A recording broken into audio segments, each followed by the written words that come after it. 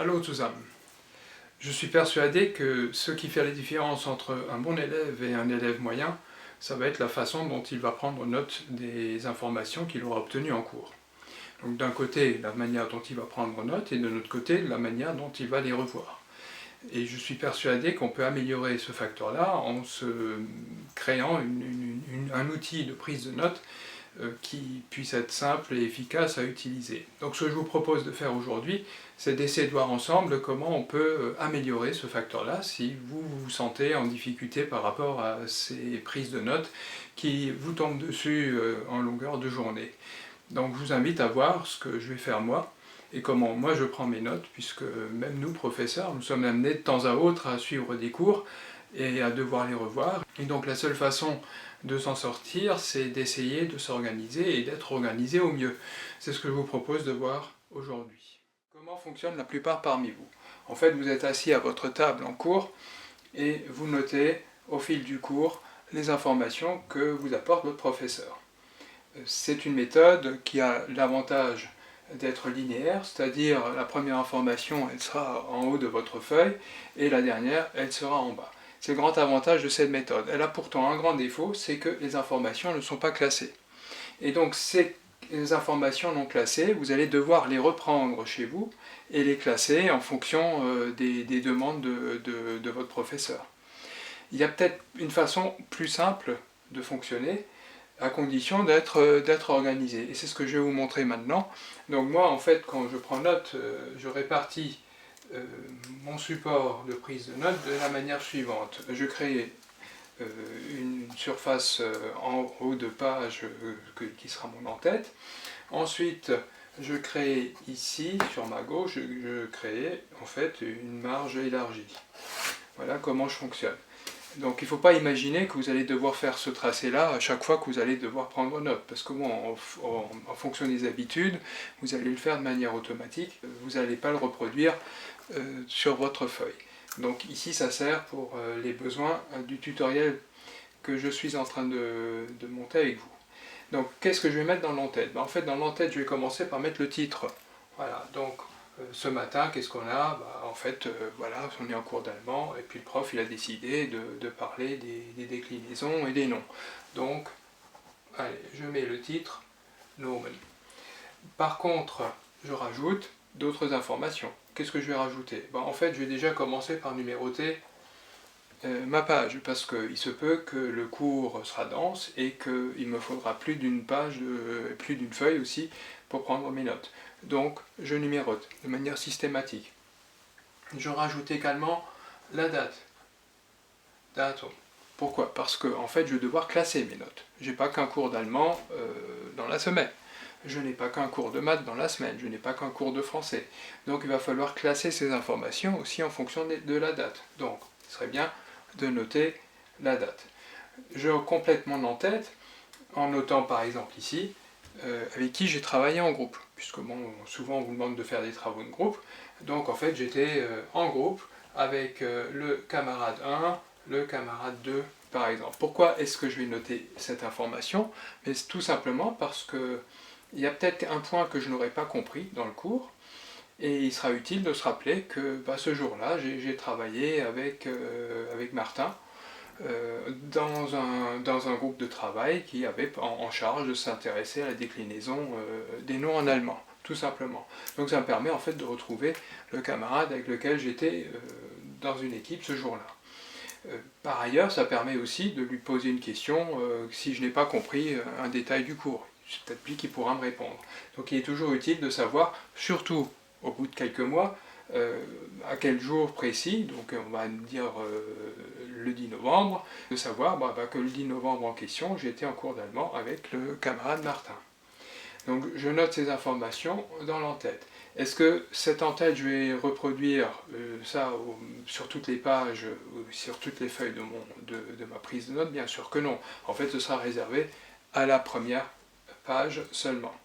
Ensuite, j'ai dit, voilà, j'ai deux surfaces qui restent, une grande surface sur ma droite et une surface un peu plus petite sur ma gauche. Bon, qu'est-ce que je vais noter dans ces parties-là? Dans ces parties-là, je vais peut-être noter tout simplement le cours ici. Donc, ce qui sera dit ce qui sera montré par le professeur. Donc dans ce cours, qu'est-ce que je vais trouver? Je vais trouver un certain nombre d'informations que je vais noter, et peut-être aussi un certain nombre d'exercices. Voilà. Et donc, en fonction de la façon de fonctionner en cours, vous aurez ces exercices soit sur une photocopie, soit dans un manuel, soit dans votre ordinateur.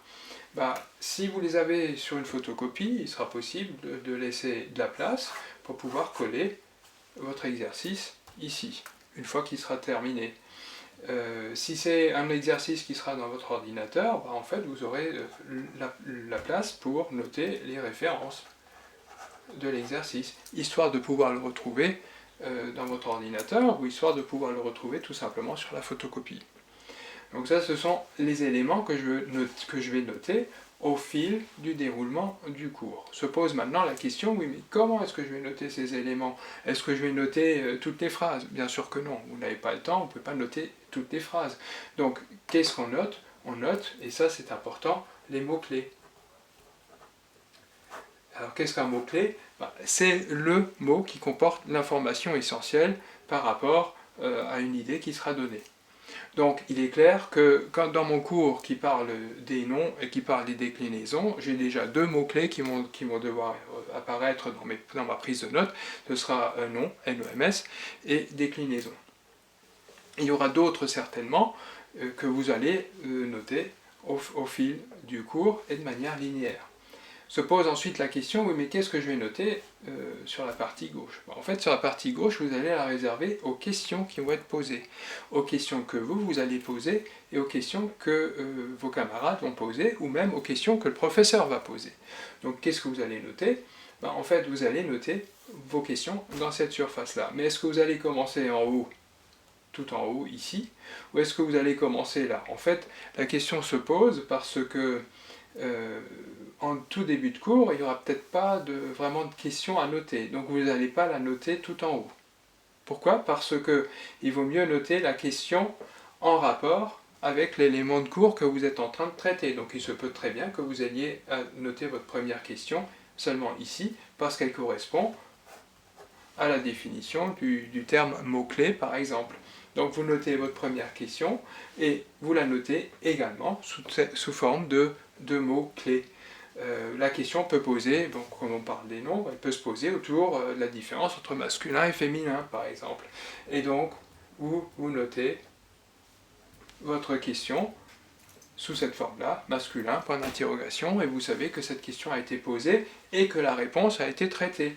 La réponse, vous la notez où? Vous ne la noterez pas ici, dans cette partie de votre feuille de prise de notes qui est réservée au cours et aux informations de cours. Vous notez votre réponse, vous la notez ici. Vous la notez directement. Vous avez assez de place pour pouvoir la noter. Quel est l'avantage du système? C'est que vous allez commencer en fait à trier des informations. Et surtout, vous allez retrouver des informations triées au moment de faire vos révisions de cours. C'est ça l'avantage. C'est que les informations sont au moins partiellement triées pour le lendemain ou le surlendemain où vous allez faire vos révisions de cours. Vous allez poursuivre cette façon de travailler tout au long de l'heure de cours. Donc, au dos de votre feuille, vous continuez. Donc, ici, votre cours, et sur votre gauche, donc dans la partie un peu plus petite, un peu plus restreinte, les questions, les réponses. En fin de cours, vous allez retrouver alors, en principe, toutes les informations utiles. Se pose ensuite la question, oui, mais comment est-ce que je vais exploiter toutes ces informations dans mes révisions? En fait, là, vous avez une question à vous poser, c'est quelle est votre façon de travailler? Si je suis quelqu'un qui a besoin de renoter de manière propre les informations pour pouvoir les exploiter par la suite, vous allez devoir vous créer, on va dire ici, une dernière partie dans laquelle vous allez pouvoir reprendre de manière propre et ordonnée les informations que vous avez notées en amont. Et donc cette partie, ce sera la partie résumée qui vous aidera ensuite à revoir les informations essentielles de votre heure d'allemand. Ça, c'est une façon de procéder, et elle est surtout utile pour les gens qui ont besoin d'écrire. Parce que bon, en fait, on distingue trois types d'apprenants en quelque sorte. Il y a ceux qui ont besoin d'écrire pour pouvoir retenir, il y a ceux qui ont besoin de toucher un certain nombre d'outils pour pouvoir être efficaces dans les révisions et dans la façon de retenir, et vous avez ceux qui doivent en fait lire à haute voix pour retenir les informations. Donc, pour ceux qui ont besoin maintenant de toucher l'information, au sens propre du terme, en fait, eux, ils peuvent se servir de cette prise de notes en prenant ensuite un surligneur et en surlignant dans leur prise de notes les points qui paraissaient importants et en les mettant en valeur de cette façon-là. Comme ça, en fait, ils retrouvent le jalon du cours et les informations qu'il est utile pour eux de retenir. Donc ça, c'est une autre façon de faire. Plutôt pour ceux qui ont besoin, c'est-à-dire de toucher l'information de près, d'aller la chercher. Et puis ceux qui ont besoin de revoir leurs notes en relisant à haute voix, en fait, ils ne font pas autre chose que ce que je viens de faire, c'est-à-dire ils prennent leur surligneur, ils soulignent les informations utiles et relisent à haute voix. Il est clair que ces trois méthodes pour revoir de manière efficace son cours peuvent être combinées. Je ne dis pas qu'il faille tout simplement se contenter de faire un résumé de cours comme je l'ai fait ici et de le relire et vous saurez votre cours. Ça peut marcher pour certains, ça peut ne pas marcher pour d'autres. Donc il va falloir essayer en fait de trouver votre méthode à vous, celle qui vous convient au mieux. Vous avez peut-être besoin effectivement de faire un résumé de fin de cours que vous allez relire à haute voix pour que vous gardez en fait les informations essentielles. D'autres ont simplement besoin de surligner les informations essentielles et peuvent se contenter de les relire à haute voix sans les reprendre d'une manière écrite sous quelque forme que ce soit. Donc c'est vraiment à chacun d'essayer de chercher comment il ou elle peut s'en sortir au mieux par rapport à cette prise de notes et à cette exploitation des prises de notes. Alors vous allez me répondre, oui mais tout ça c'est fastidieux, ça va prendre beaucoup de temps et je vais avoir moins de loisirs par exemple. Il est clair qu'au début, et là je dois vous donner raison, oui vous aurez moins de loisirs parce que bon, en fait ce système là, il faut se l'approprier. Ça ne va pas se faire en une journée. Il va falloir rentrer dedans comme on dit. Et si vous n'avez pas le temps ou si vous ne donnez pas le temps de vous l'approprier, en fait le système ne fonctionnera pas pour vous. Et donc il ne sera pas utile. On va être très clair là-dessus. Donc, au début, il va vous manger du temps, il faut être très clair, mais vous allez en gagner par la suite, parce qu'une fois que vous avez mis en place cette façon de fonctionner, ce schéma-là dans votre tête, dans votre cerveau, en fait, vous allez l'appliquer automatiquement, et vous n'allez plus commencer à tracer des lignes sur une feuille, vous allez prendre votre feuille blanche, et vous allez commencer en fait à répartir les informations sur votre gauche, les questions qui vont être posées, et puis sur votre droite, les informations du cours. Donc ça, il faut vous dire qu'au début, bon ben voilà, c'est une perte de temps, mais pour en gagner par la suite, et pour en gagner notamment au moment des révisions, et notamment au moment des révisions de bac. N'oubliez pas, les programmes courts sur 2 années maintenant, et il est utile en fait d'avoir un outil qui fonctionne. Est-ce qu'il y a d'autres façons de procéder? Bien sûr que oui. Das war's wieder für heute. Wir sehen uns und ich hoffe, es hat Spaß gemacht. Und tschüss!